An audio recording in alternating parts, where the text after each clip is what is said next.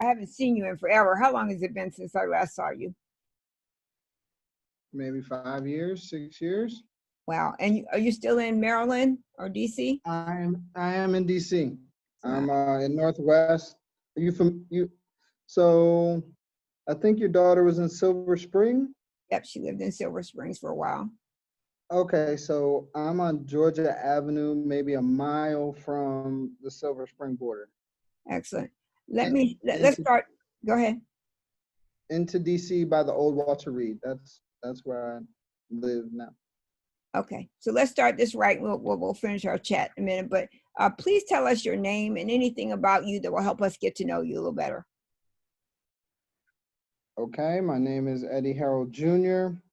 I'm currently an attorney in Maryland. Live in Washington D.C. I'm an attorney in the Maryland D.C. area. Graduated from Howard University School of Law 2007, and previously graduated from University of North Carolina Chapel Hill 2003. Wow. Played While I was at Carolina, played 2 varsity sports, ran track, and played football. Let's see. I enjoy working out and trying to stay in shape so I can focus on the tasks at hand that I have with my job. I do a lot of reading. I'm doing more leisure reading just like when I was a child versus just reading for the job, which is obviously reading intensive and focus intensive. I think that's probably a pretty good short description of my background. Excellent. Thank you. What type of law do you practice? My original base was in tax, but I'm really more of a corporate attorney, consult small businesses, deal with their compliance issues, more like a small local counsel role, but it's mostly small business consulting.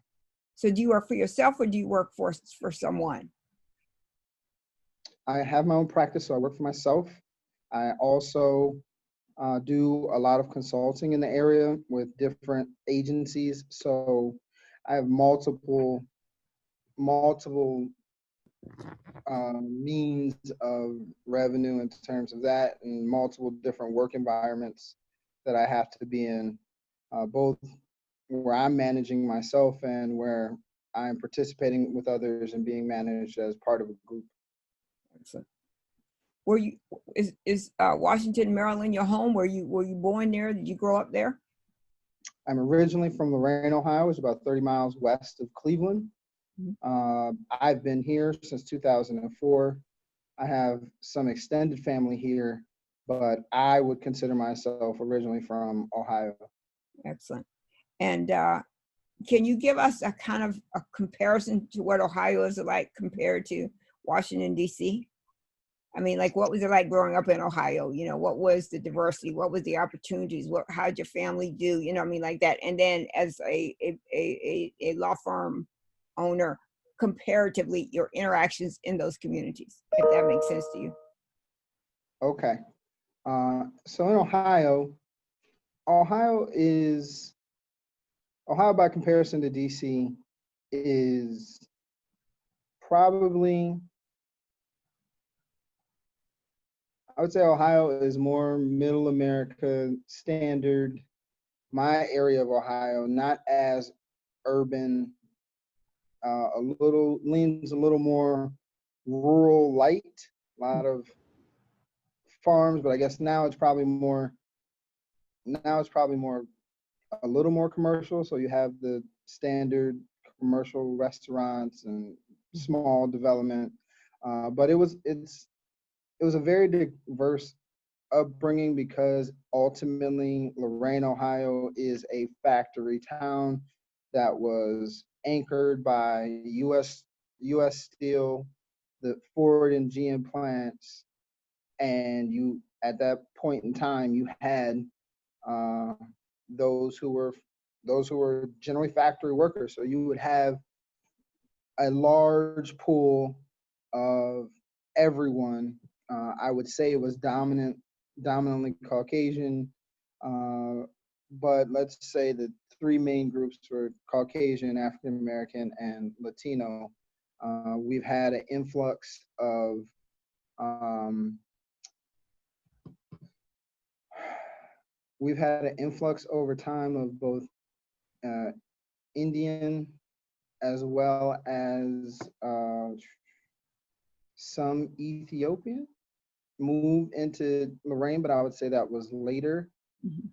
Where when I grew up, it was predominantly those three groups, and uh, mostly consisted of Puerto Rican and Mexican, Latinos, and African Americans and Caucasians. It's interesting because at that point, Lorraine was very functional and very vibrant when I was growing up because the factories were still running Mhm. at full capacity, probably for another three to probably from when I was born in 81 till about 87, 88, 89, running on full capacity with all three uh, Ford, GM, US Steel.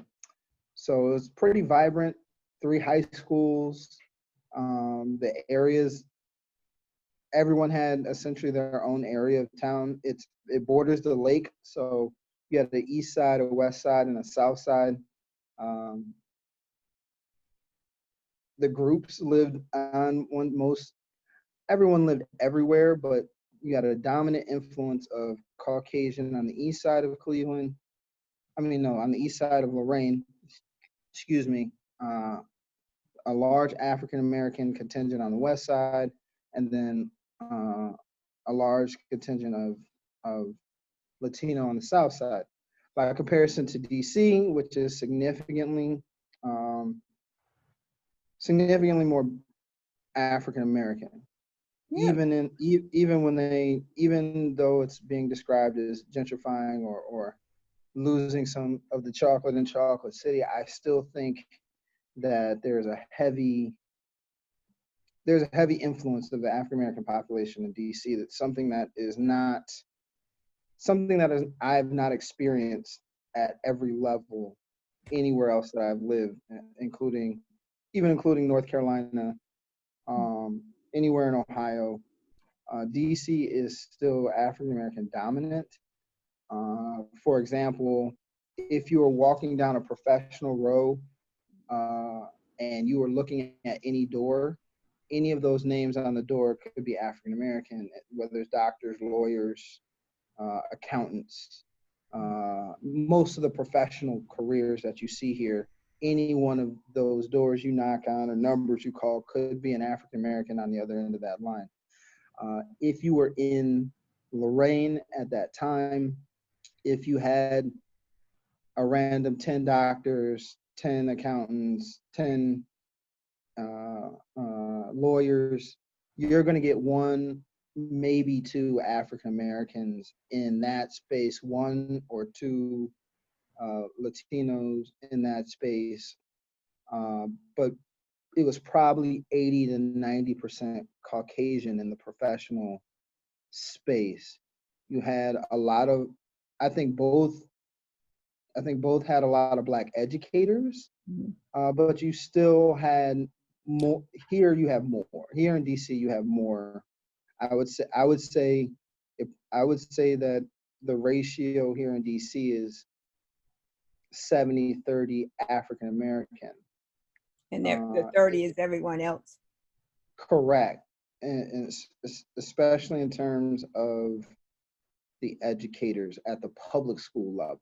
Yeah. Um, and then the private schools here in DC are not um, are not as the as are not religious based private schools the way they are in Ohio. You tend to have a Catholic system Mhm. in Ohio, a strong Catholic contingent in Ohio.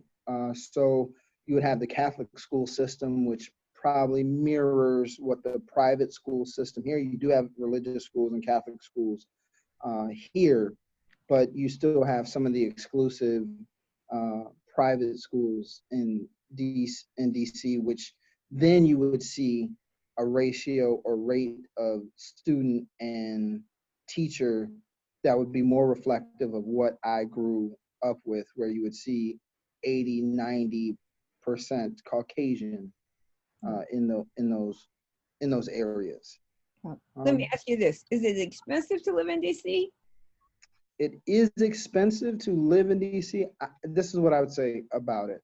It's expensive to move into DC and live in DC. However, if you live in DC, and what I mean by that is participate in DC, participate with its resources, it is affordable to live in DC. You have a lot of open green spaces, the museums, because you have the base of the Smithsonian museums here, those are free. There are the parks and recreation allows you the green spaces, access to pools and auditoriums without paying. You don't pay as a DC resident to go to I believe now there are 5 total Olympic size high-end pools that you can attend and go to for free. There are many track and field places to exercise. The parks, you have Rock Creek Park. Again, I referenced the museums. All these things are free to the DC residents. So if you live in DC, say you're not going and traveling somewhere else where there's an expense, it can be affordable once you're here, but you have to be engaged in the DC in the DC life, whether it's and not necessarily whether it's a club life or a social life. Your social life can make DC affordable once you get here, once you understand how many resources a DC resident has. Excellent. So let me go back to your law practice. Why did you decide corporate law versus other types of law? Is it does it provide more income and more resources than, say, criminal or contract or whatever different types of law? I think it allows the most flexibility. I knew fairly early that I wasn't going to be a criminal attorney. I think that's just more from my personal views of being responsible for someone's life or liberty. Ultimately, the question that you have to ask yourself, at least in my opinion, as a criminal attorney, on either side of the equation, whether you're defending people or prosecuting people, is that nobody is perfect. And since nobody is perfect, that means if you're defending someone, you're likely going to come across a time where someone is incarcerated or otherwise where you know and or believe them to be innocent, and or vice versa. On the other side of that issue, you will run into times where you may end up prosecuting someone that is innocent. And I didn't want to carry that particular burden, especially in relation to the demographic that I fit in and the people that I would most likely represent in that space, at least originally, or the immediate contact with. That's a heavy burden, in my opinion. It takes a special kind of person to do that, especially in the African American community, especially in an area like DC or Maryland. So take Maryland, for instance, based on the last census, Maryland is 37.5% Black.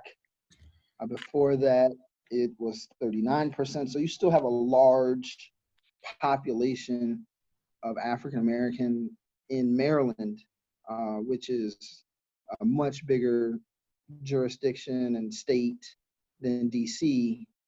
uh, but still, I think there's around 5 million people in Maryland. I think I would probably go off the registered voters number. 5 million registered voters, I believe, in Maryland. At least the last time I was aware of the number. DC has 600 to 700,000 registered voters, and they DC is still predominantly African American. So if you're looking at, let's say, out of 600,000, you have 350,000 of them to 400,000 of them are, let's say 350 plus are African American. And then in Maryland, if you're looking at 40% of 5 million, you're still looking at 2 million people who are African American. And the court system in DC, the court system is still, even though there's local law, the sentencing guidelines are all federal. So DC, with it not being a state, anytime someone is charged in DC, they're facing the federal guidelines. So you're looking at a much stronger jail sentence than you are in a state. Let's say you were to get 10 years in DC, you're going to end up doing 8 to 8.5, whereas in a state, you usually do about 50% of that time. So a 10-year sentence in Maryland, you could be in there with good behavior for 4.5 years, and before you're looking at being paroled. And in DC, you're going to do 8.5 years. I was not ready to cut my teeth there and do the things that all professionals have to do in terms of practicing and failing and succeeding in a space where someone's status as a citizen or otherwise changes. I was not prepared to do that. Okay, we have about 8 minutes, so I'm gonna just ask you one question, and then I'll give you the time to say whatever you'd like to say. But Sure. What did you think about Mr. Floyd's death? How did you see that? How did it affect you? What was the things that went through your mind, and maybe still continue to go through your mind about that? I think that it was a reflection of the consequences of choices made by a system over the course of time. I can't speak to what is in a person's heart. I do believe that, especially because it occurred in the Midwest, and I'm originally from the Midwest, it was reflective of how the African American community in relation to the police can be treated. And when you don't have the influence and power, and you don't exercise it in the vote, when you vote, whether it's on your police or chief or superintendents of schools, and you hire young, the police force always hires young.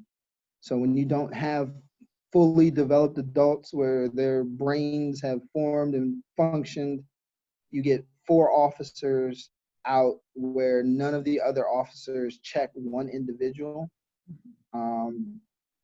And no one asked the question of, is this the humanity in this? Is this for a nonviolent offender? Is this appropriate, this level of physical contact? And what you have is someone being treated very physically aggressive, and it cost the person their life. And I think there needs to be an accountability that is woven into that same system, where you hold that group. They can be criminally negligent to the level of a homicide that subsequently they being any individual or group of individuals, should be held accountable. You walk around every day with a gun, with an implement or multiple implements designed to protect citizens of this country and or state, residents of a state or jurisdiction under this umbrella of rights, and everyone needs to be afforded those same protections.